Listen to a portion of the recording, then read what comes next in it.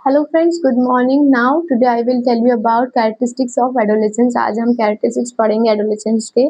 Physical characteristics क्या हैं इस स्टेज के। 12 से लेकर 18 की एज में एडोलेसेंस पीरियड स्टार्ट हो जाता है। इसमें रैपिड फर्स्ट टॉपिक है, रैपिड ग्रोथ होता है। इसमें बहुत ज़्यादा रैपिड ग्रोथ होता है, वेट और साइज बढ़ता है बॉडी का।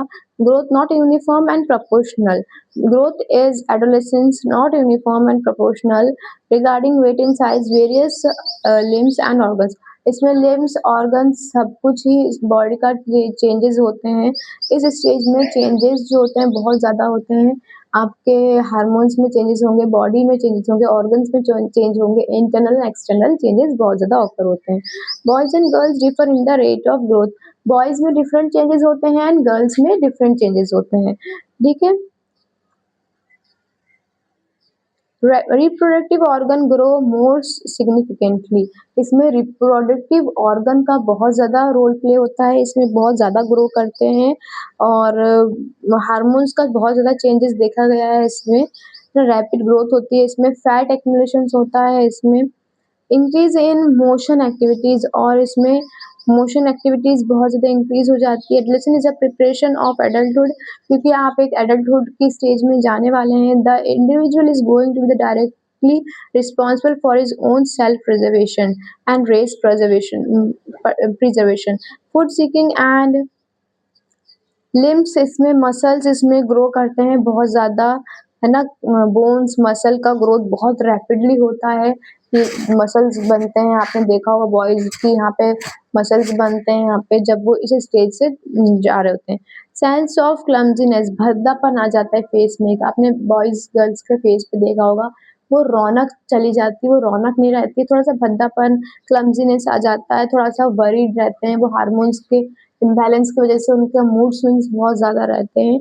वो बहुत जल्दी चिड़चिड़ापन में आ जाते हैं, उन्हें घरवालों की बातें अच्छी नहीं लगती है और वो ज़रा-सी बात में बहुत ज़्यादा रिएक्ट कर देते हैं। The rapid growth of bones and muscles increasingly unbalanced motion activity. उनकी मोशन एक्टिविटीज़ में जो ग्रोथ हो रहा है ना, वो बहुत इम्बैलेंस हो जाता है क्योंकि उनके मसल्स का, उनके बोन्स का ग्रोथ हो रहा है।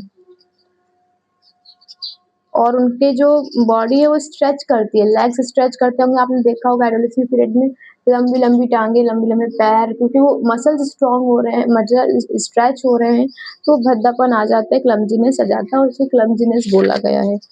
Mental, moral and emotional characteristics क्या है? Sex consciousness. इस स्टेज में जो चाइल्ड होता है, वो एडोलेसेंस होता है, वो बहुत ज़्यादा सेक्स कॉन्शियस हो जाता है। गर्ल्स जो होती है वो मेंस्ट्रुअल कोर्सेज़ से गुज़रती है and boys experience nocturnal emission. Nocturnal emission का मैं आपको डिस्क्रिप्शन में बता दूँगी क्या होता है ये। इसे हिंदी में स्वप्न दोष भी कहा जाता है। And second point is self consciousness. Self consciousness क्या होता है? He thinks as he is an old person in the street and the attention of everybody is focused on him. वो सोचता है कि ना वो बड़ा बनना चाहता है इस स्टेज में, ना वो छोटा बनना चाहता है।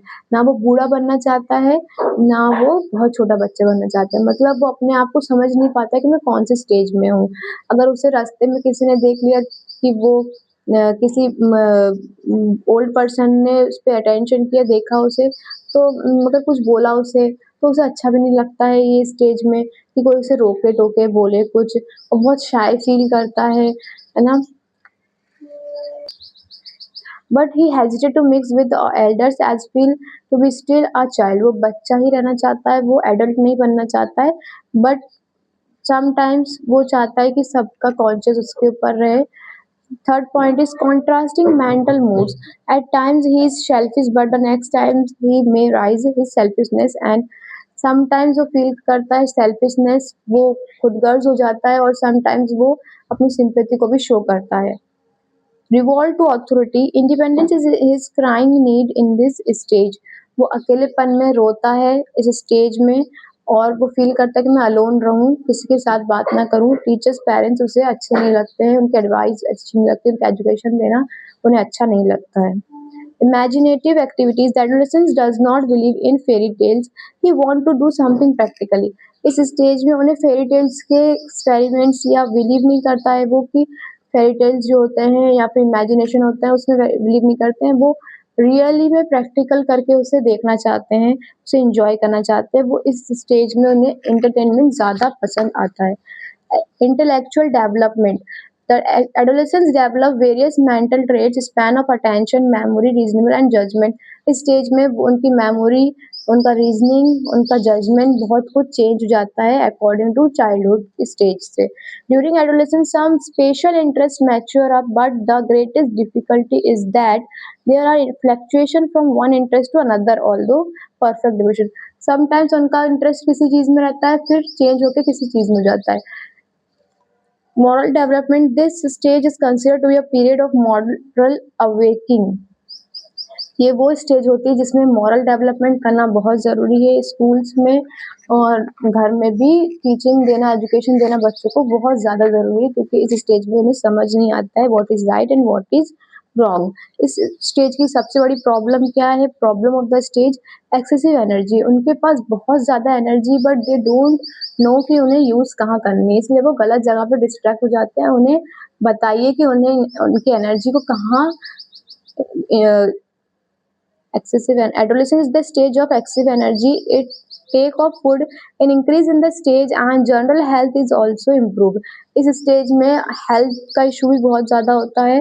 The result is excessive energy because of energy के कारण our traditional school do not provide such physical activity.